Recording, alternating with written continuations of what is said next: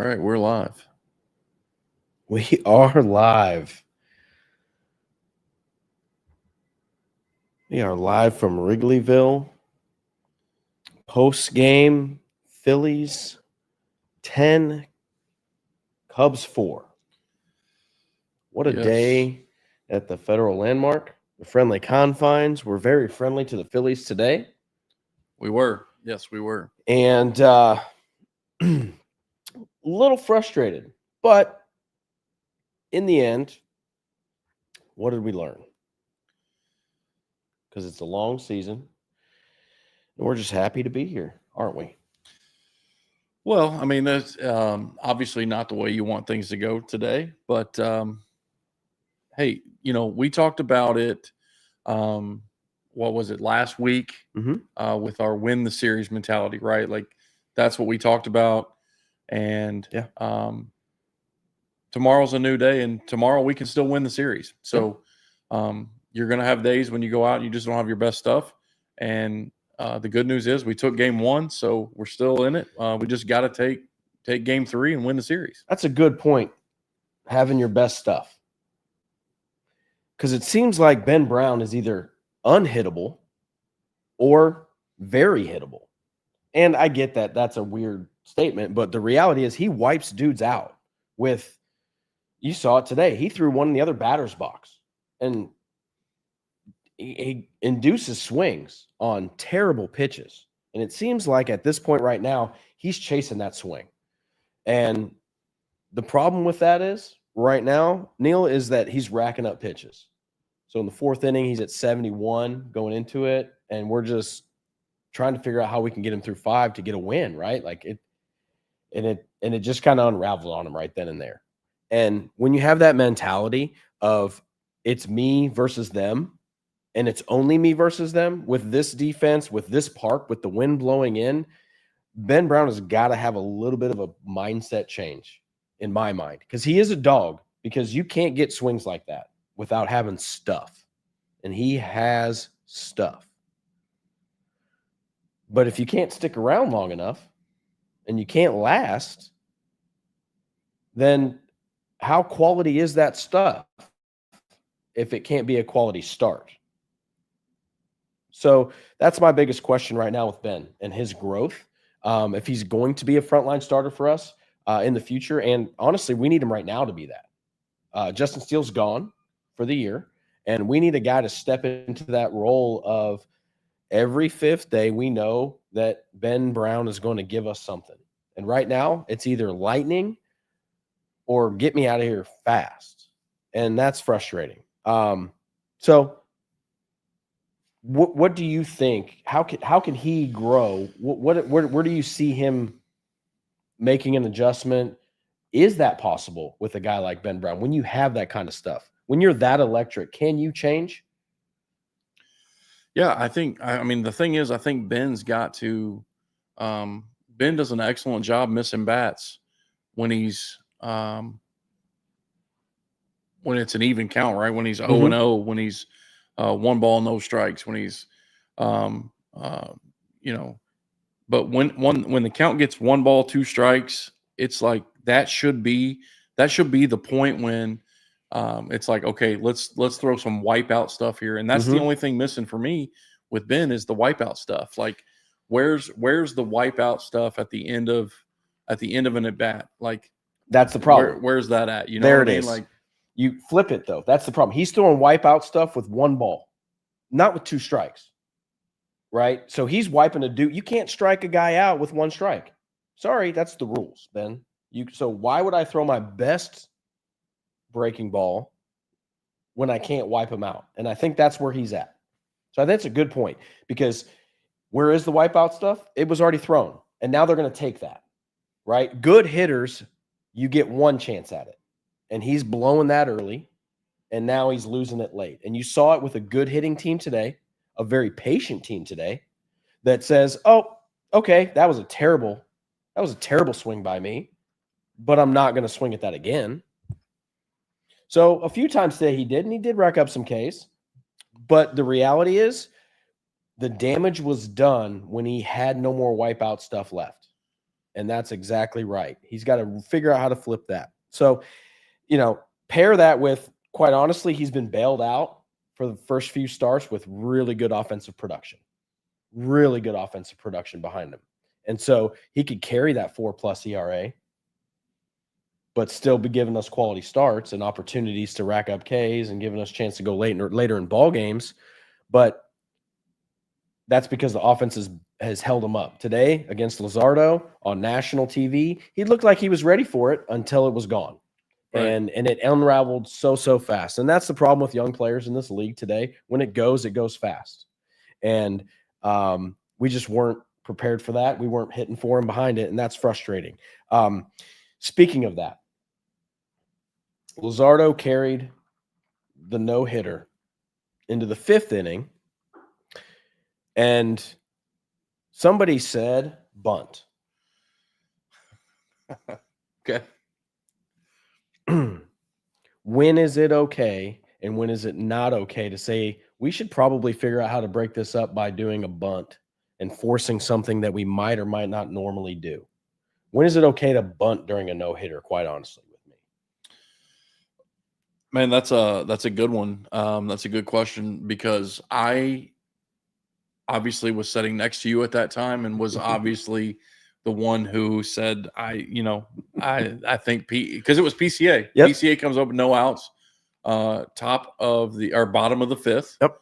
And I said lay one down. Lay one down right here. And you were like, absolutely not. We don't do that. That's Bush League. And when I think, here's the deal. My line and my metric, and that may be different. My metric is the 6th inning. To me, if you're bunting in the 6th inning to break up a no-hitter, that's when it's crossing the line. But to me, in the 5th inning, like at this point, we're just trying to get base runners. Like we're still trying to get base runners. Sure. Now, also, it's a little different too. Like if the game's 10 to, at one point I think it was 10-4. Yeah. Like 10-4, and you're bunting in the 5th inning to break up a no-hitter. Maybe it is the 5th at that point. But to me, if it's the 5th, I think it's still early enough to where that's not in question. You're just trying to get something going, trying to get some offense going. And so that's why I think it's not so Bush League at that point.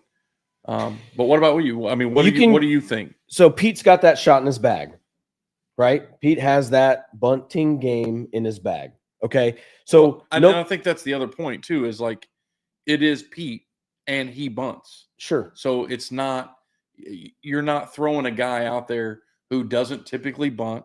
This isn't Dansby, who doesn't bunt in bunting situations. This is a guy who bunts to get on base a lot. Sure. So I think that's part of it.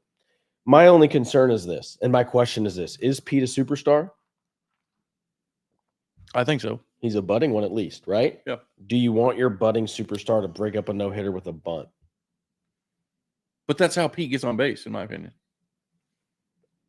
Like Pete's also 3rd in the league in extra base hits right now. So he's got all the shots in his bag. So he doesn't always use them at the right times. And maybe that is a good time for it. But the reality in my mind is this: I want Pete to do something electric. And laying down a drag bunt right there does not scream superstar to me. Right? Leading off the 2nd inning, after we score a couple in the 1st and, he's the leadoff in the next one, go ahead and lay one down. Let's start some fire again. Right. But to try to throw water on a dude that's on the mound, I just feel like that's a little to me, right? It's not the 9-hole, it's Pete. That's our star. That's a face of our franchise, and we're gonna break up a no-hitter with a bunt. I'm glad that we didn't, quite honestly, right there. And we found a way. And look what happened when the lid came off, right? There was a kick, right? We got a boot and then a single immediately. I mean, we were just there. And quite honestly, the at-bats preceding that in the innings, that's where that had to happen. We did not put enough pressure on them early enough. And if we wanted to do that, Pete should have done that earlier. Why do we have to wait for Pete to do that? If it's not looking like that early, Pete, go ahead and throw one down. Or Birdie, throw one down, right? Like, let's put some wheels in motion But let's not wait till we have to ask the question, how are we going to break this up?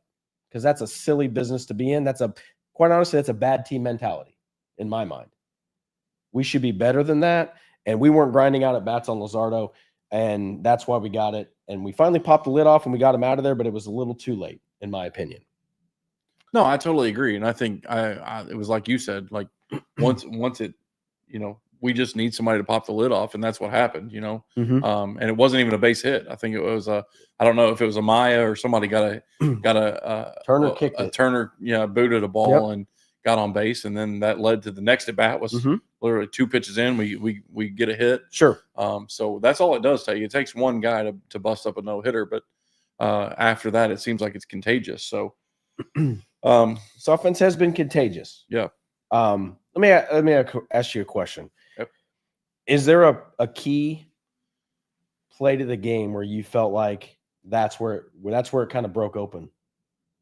Was it Roberts giving up that, or that 6-run inning really was the key? But what was the key to that inning? Oh man, I don't know necessarily what the key was. I know that you and I think PCA made a huge play on a ball that 90% of the league in center field is letting that ball drop, especially at Wrigley. He catches that ball at the wall. Like, it was borderline at the point where it was going to become a business decision. Sure. But Pete makes the catch, and you turn to me and make the comment that could have been the game right there. That would have been the nail in the coffin. But then I think like 2 batters later, it's off the wall. It's so I Right. think that to me that was the difference in the game right there. Well, for me, it's really simple. It's called call the ball. There was a business decision made by 3 professional baseball players on the left field line today. And I know it's the coffin corner or the Bermuda Triangle or whatever you call it, right? And maybe we were trying to see if it was going to go foul. It really was at the cut of the grass where the paint is either on the dirt, right? They paint the dirt and the grass right there. That was where that ball hit. There was a divot right there, right in front of us, quite honestly. Yeah. It was 15 feet away, and there was 3 dudes standing there staring at the ball. Right. And nobody called it. We heard it. Everybody's cheering, but you can hear it. No, yeah. There's no ball call. There's no, I got it, you take it. There's no run, got you. Nothing. There was absolutely nothing said. Birdie should have peeled off, quite honestly. That's not his ball to begin with. Thanks for the range, but that's not your ball because you're going to end up in the wall. Right. And at Wrigley, you do have to make business decisions from time to time. Or you're not going to play for the rest of the year because there's a brick wall waiting for you. Right. So, but Happ had a great angle at it. And Dansby, quite honestly, had a good angle at it because he was already running up the line at that point. And all 3 guys just stared at the ball, picked it up, and threw it to the middle of the diamond like it was 11U. Right. So that's where it got for me. That's where the unraveling started. And then PCA tried to save the inning, and, turns out it was a 6-run inning. It could have been 10, but it was only 6. But the damage was done at that point. And so we were playing an uphill game from there. And, that's where we left it at. And so that was frustrating to see those guys. And quite honestly, that's not the first time that our outfield has lacked in communication on a ball, outfield, infield. And that goes back to spring training. We're not that far removed from, I got it, you take it, ball, whatever your communication is out there, it's lacking. And maybe it's because Ian Happ's got a gold glove. He's got everything. Oh, PCA can get everything. Hey, Kyle Tucker, we trust him. Nico's good. It doesn't matter how good you are. If you still don't do the fundamentals of baseball, the game gets hard real quick and it'll find you. Right. And I think that's what happened today. We missed it. A big inning happened because that we couldn't come back from because we simply just didn't communicate. Yeah. Didn't communicate. Do you have any concern with how this lineup changes when a left-handed starter is on the mound? Oh, yeah. Yeah. I think we're running Justin Turner out there. And I'm not, I have issues with Craig, right? Like, I don't think I'm sharing anything that no one knows. But I don't know if Justin Turner has naked pictures of Craig, or if there's some sort of blackmail happening or what's going on. But Justin Turner came up twice in this game in big spots that I would have loved to have seen Michael Busch take those at bats. Now, I'm not going to talk about the last inning. The last inning, we rolled out the white flag. We had surrendered at that point. We hit Brujan for a guy, and we I don't know. But, I am not going to, I have my issues with Craig, and that's no secret. But I do wish Michael Busch would have gotten a couple of bats today when Justin Turner's spot came up in big situations.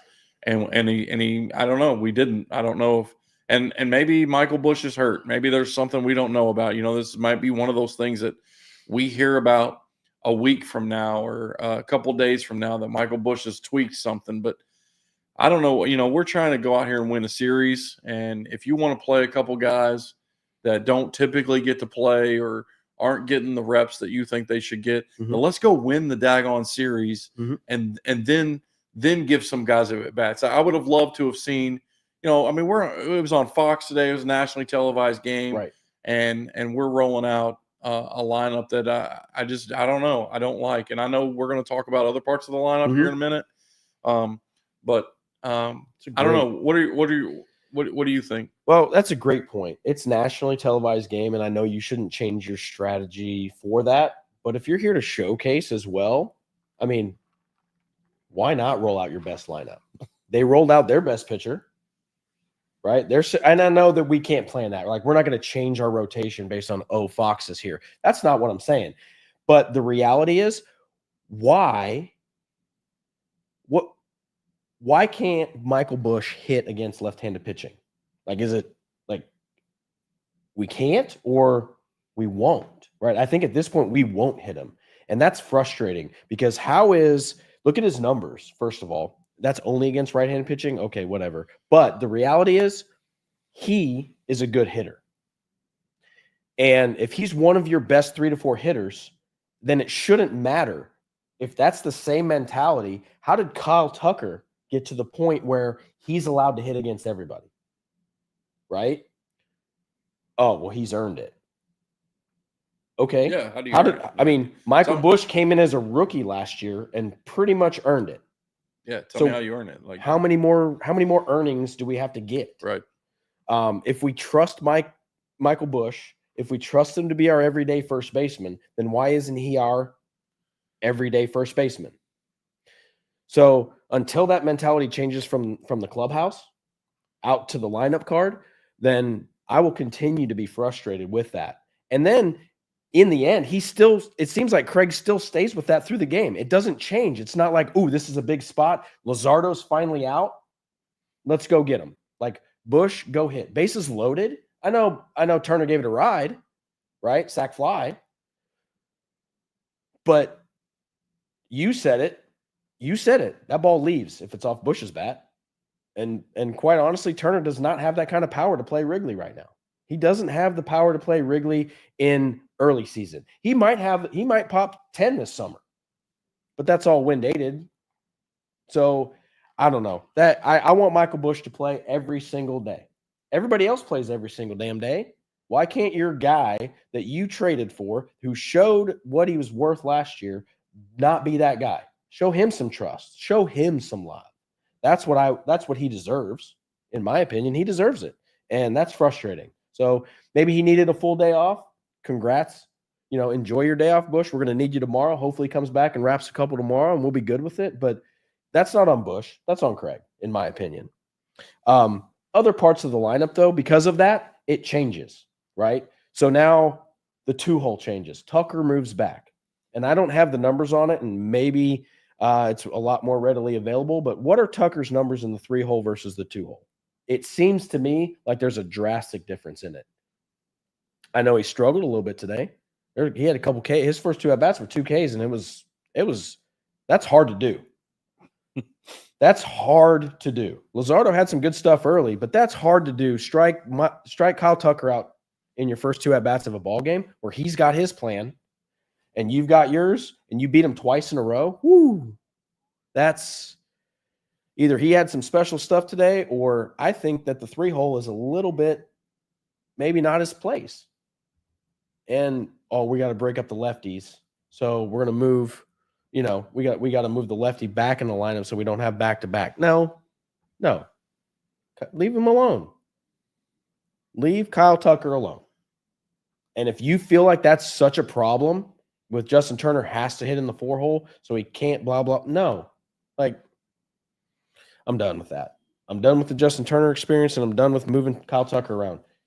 Put him in the 2-hole, leave him alone. If you want to figure something else out, go for it. What do you think? No, yeah, I agree. I don't know. I would love to see how many not how many at bats. I would love to see, honestly, like how many innings we've logged Justin Turner at third base. Okay. And here's the reason. Because this fan base and this roster, and I'm confident that the bat of Anthony Rizzo is better than Justin Turner. Now, I'm not trying to rip off a Band-Aid. I'm not trying to, become political or a pollster or anything like that. But what I'm saying is you got a guy like Anthony Rizzo sitting at home that would have, in a heartbeat, signed the exact same deal that Justin Turner did. He would have been more than happy to come back to Chicago, contribute to this team that is going to go to the postseason. You heard it here. We're going to play in the postseason. Anthony Rizzo would contribute. And if we're only going to play Justin Turner for Michael Busch, I get it. They're both lefties. I get it. But Anthony Rizzo is one of those guys like we just talked about, like Kyle Tucker, who's earned the right to play from both sides of the, it doesn't matter who's the righty or lefty. Anthony Rizzo has earned the right to play them both. So do I think Justin Turner's a bad guy? No. Do I think he's a good baseball player? Probably not today, but he was. He was a great baseball player. He was phenomenal. He was a really good Dodger. But I just think if we're not going to platoon him or play him or give him his at-bats at third base, and he's just going to be strictly a Cubs, a first base Michael Busch switch out, then I think we got the wrong dude. I think we got the wrong dude. I think we should have got Anthony Rizzo. And again, crucify me if you want to, but that's my thoughts. That's my thoughts. Well, it's not a problem to change out a piece. We've clearly been doing it. Pomerantz is here. There's a guy named Cosgrove down at AAA, which we haven't seen yet. So they've added pieces. So why not look at that was an experiment. Gage Workman was an experiment. He's now with the White Sox. So it's okay to admit that didn't work. And no, and here's the thing too. Like, I don't understand. Like, I don't know. It's to me like Anthony. I don't know how old Anthony Rizzo is, but I know he's not 40. No, and I just think there might be some life left there. Like Justin Turner, like this, I feel like this might be a swan song, and go let that happen somewhere else, but not here. Like, well, Rizzo knows how to play in this park. I tell you that much. He doesn't have any learning curve, right? Oh, I see the flag. I'm going to hit this way today. Right. And there's several guys in the lineup right now that are doing that. I will applaud the IQ of Kyle Tucker. I tell you that much. That's a really darn good hitter. Can he hit it out of any park anytime? Could he get it out of Wrigley any day? Most days, yes. But he has figured out that if the flags are blowing this way, I'm going to hit in this mode. And he knows what that mode is, and he goes after that. And you can see it in his approach. And very rarely does he get out of that. And I think Rizzo would give that same type of approach. Is he going to hit 20 dingers? No. But is he going to go the other way when the wind's blowing in and the shortstop's on the pull side? Absolutely. At this point in his career, he just wants to be successful, right? And at that point, that's there. I think that Justin Turner has changed his career, and he is a high leg kick, drive the ball, and right now it seems like a ball of cotton is coming off of that bat. And that's frustrating to me that you got a 4-hole that for more than half of his at-bats just can't get the ball out of the infield. And that's not what you need. Sorry. So I'll stick with it. The Cubs need a bat. Is it Rizzo? I'll co-sign it. I wouldn't be mad if that happened, but the Cubs do need a bat, whether it's through trade or through free agency or who's sitting on the pile out there, which isn't hard to do. But I guarantee you, Iowa would love to see Rizzo for a month while he gets geared up again. And then he's here in June. Let's play summer baseball with Rizzo. You know, we're not trying to get the band back together, but we are trying to get this team to the postseason, right? And if he can help that, then great. I'm open to it. I got one for you. Ooh. So let's talk about line while you know we're not talking about Craig anymore, but let's go back to Craig here. Mm-hmm. Let's talk about our lineup. Do you, particularly with our lineup, okay, the 2-hole. Do you feel like that Ian Happ should be followed by Kyle Tucker and not Seiya Suzuki? Every single game. Ian's a switch hitter, so if the lefty's on the mound, that means it's not lefty-lefty to start a game. If it's a righty, obviously you go lefty-lefty, and that's great. Ian has flipped his – every time that they throw a lefty out there, it seems like Ian gets better. And I don't mean that in that game because what we see, he was 0 for 1 today with 3 walks. So is that better? No, but you know what do we need him to do? Get on base. When I point at you, right? Like he does his the job. money ball. I love it. He does that job, right or left. But it seems like his lefty swing gets relocked in after he squares a ball up or sees the ball from the right side again. And that's the kind of hitter he is. And I love it, right? And I said it a couple weeks ago. All we had seen was righties for like 2 weeks. And he gets a right-handed at bat and he drives one the opposite way. It was an out. It was a F8 or F9 in the gap. And I was like, oh, he's back. And since then, now he's hitting 278. And we're there. Like Ian Happ hitting 278, drawing walks is right where you want to be. Somebody's going where they're not wanting to be right now. Yeah, in Wrigleyville. So hey, stay safe out there. Welcome. Fam. I don't know if you guys can hear that, but man, it's right below apparently us. There's some sort of emergency going on in Wrigleyville. So. Stay safe. Stay safe. But yeah, no, Kyle Tucker has to be locked in there. And whatever you do with the 3-4, I don't think it really matters because here's the deal. If Ian's doing his thing and if Kyle Tucker does his thing, which clearly he does, then that sets the entire tone for the rest of the lineup. Everybody understands that if Ian does his deal and Kyle Tucker's doing his deal, we're going to have a good day at the yard. And it makes everybody else as well do their job the way they're supposed to. So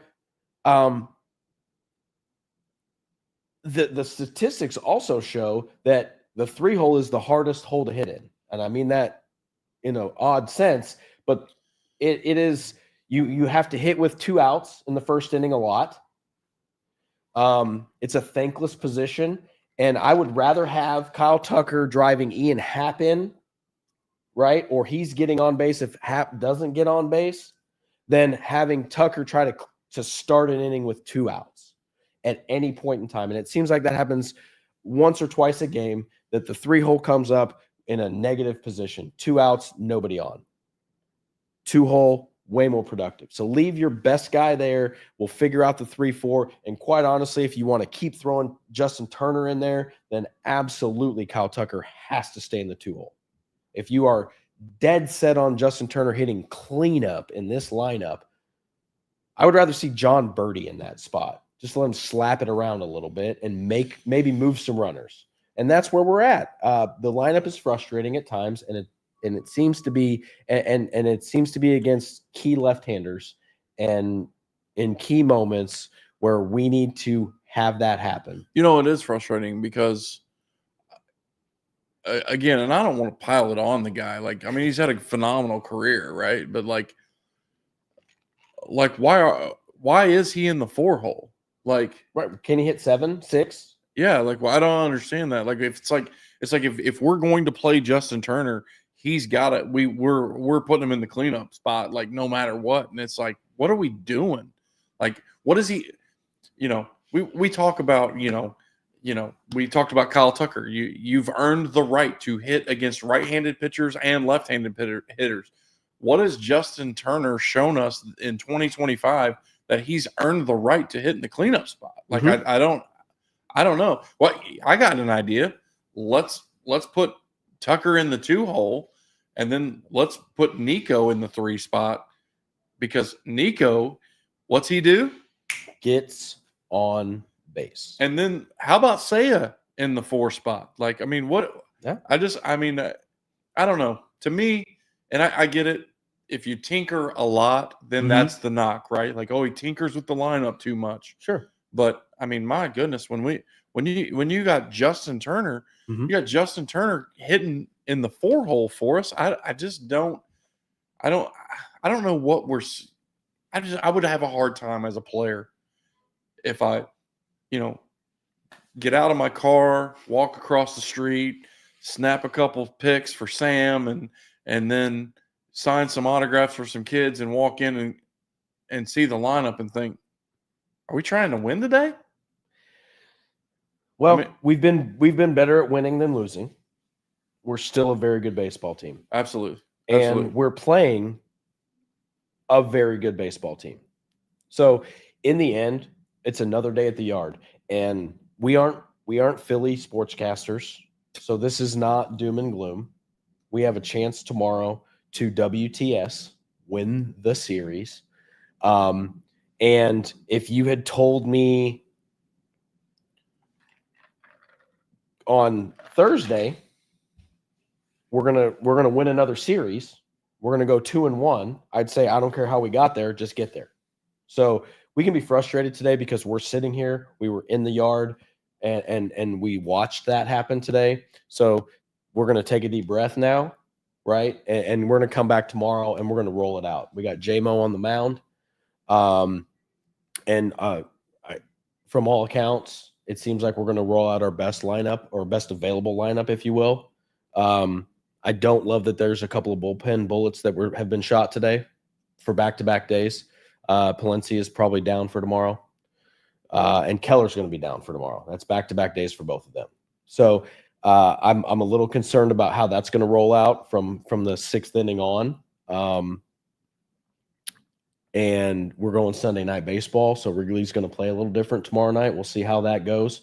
More than likely, haven't checked the flags or the weather, but after dark, the weather, will it blow or will it won't, right? And so there's a good chance it won't be blowing. So Wrigley could play very friendly tomorrow, and that's a dangerous team for Wrigley to be playing friendly against, because they still got one out today. Yeah, and what did you say about Harper? In his first at bat yesterday, you said every time he swings. Oh, I mean, he's trying to hit Waveland. Like, I mean, that's the thing. Of all people that I thought was going, if anybody was going to muscle one on a line out of the park in this wind yesterday or today, I thought it was going to be Bryce Harper or Kyle Schwarber. I did not expect it to be who it was. But I thought there's two guys, three if you count Kyle Tucker, but there's three guys that are getting ABs yesterday and today that could get the ball out in this wind. And I mean, I was proven wrong. Obviously, somebody that hit a home run. That Kepler, the left fielder, baby. Good looking ball player though. That's a good looking kid. And he's buried in the bottom of their lineup, but he fills it out for them. Philly's built well, and you know they've got their issues here or there, and every team's got some quabs about a guy or two. What's going on? But I mean, the biggest issue with Philly is obviously their fan base. But other than that, I mean, it's quite a fun time when Philly's in town. But we've got a chance tomorrow to win a series, and we've got to stay focused on that. We'll bring it tomorrow night on ESPN. We did miss the chance to go 3 for 3 on national broadcast. Apple did not pick us up on Friday. But Fox, thank you for picking us up today and giving Boog a day off again. You know, shout out to Pat and Coombe for delivering. Zach, don't forget Zach, right? They deliver day in and day out. But tomorrow night we'll have Boog back with his ESPN buddies. So it should be a good day at the yard, at the friendly confines, and we're looking forward to an opportunity to win the series with J-Mo on the mound. Yeah, absolutely. Is that all we got today? You know, anything else? I'd love to rant about some things, but really, we're a darn good team, and we can rant about it all we want. But today was a good day at the yard for some players, and it was a frustrating day at the yard for some other players, and we still have a chance to win the series. And we're going to come out tomorrow and look forward to that. Got a long day to wait for it. And we'll bring it tomorrow night with some fresh meat on the mound, and let's go get it. Yeah, absolutely. You know, when I'm at home, I usually enjoy Sunday night baseball because the Cubs have already played, and so then I just get to relax and watch Sunday night baseball. So I'll be a little bit more I don't want to say on edge, but I'll be a little bit more tuned, obviously tuned in for Sunday night baseball, and that makes the rest of the day go much slower because the Cubs don't play during the day. So that's not a typical Sunday for us, but looking forward to tomorrow. Let's just go win the series. That's right. WTS. That's the rally cry for tomorrow. Win the series. Stay hot in that department, and that's the goal and the mission for how we win this war. We haven't started the NL Central war yet. It's coming. This has been a wonderful non-conference schedule that we've had as they do in college basketball. Wonderful non-conference. Our RPI is through the roof. Right. And we're really getting set up for a national seed here at the end for the tournament. And we want a seed at that. And it had to go through this. This year is how they designed it. And now that we're through it almost, in my opinion, I almost don't want it any other way. Right. Because we don't have to face them anymore. We've proven where we're at.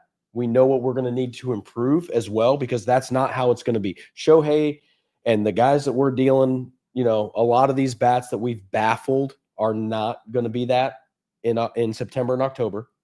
Right. And so we've got scouting reports. They've got theirs now. We have to go do work and keep improving. And that starts with with the MO of winning the series. And good teams win series when it's on the line against other good teams. And we've done that so far against the Dodgers. We went toe-to-toe with the Padres. We took out the D-backs as well. Yeah. And so that starts now with the Phillies. We've got the Giants on deck. So it really is not over yet. It's not over yet, but a chance to win another series is on deck for tomorrow night. So let's bring it, Cubs fans. Look forward to seeing you out at the yard. Love seeing you guys that are there. That are posting. Love to see it. We'll be back in our humble abodes tomorrow. Club 120 will be empty here. Yep. And we will be back in Texas and beyond in Southern Indiana and rooting everybody on. And good job in the left field bleachers there for the take it off. Got a little some spicy entertainment there at the end. I saw you. We see you. We love it. Keeping it interesting always out there with the bleacher bunch, and we love seeing that as well. So in the end, it's go Cubs go for me, and we'll fight another day. Yeah, be sure to like, subscribe. All that stuff helps us when you like. If you see a post or you see a live or you see a video, if you like it, that helps a lot. Obviously, if you subscribe to our channels and things, that helps a lot too. So like, subscribe, all that good stuff. Thanks for tuning in. Thanks for watching. We appreciate you. We couldn't thank you enough.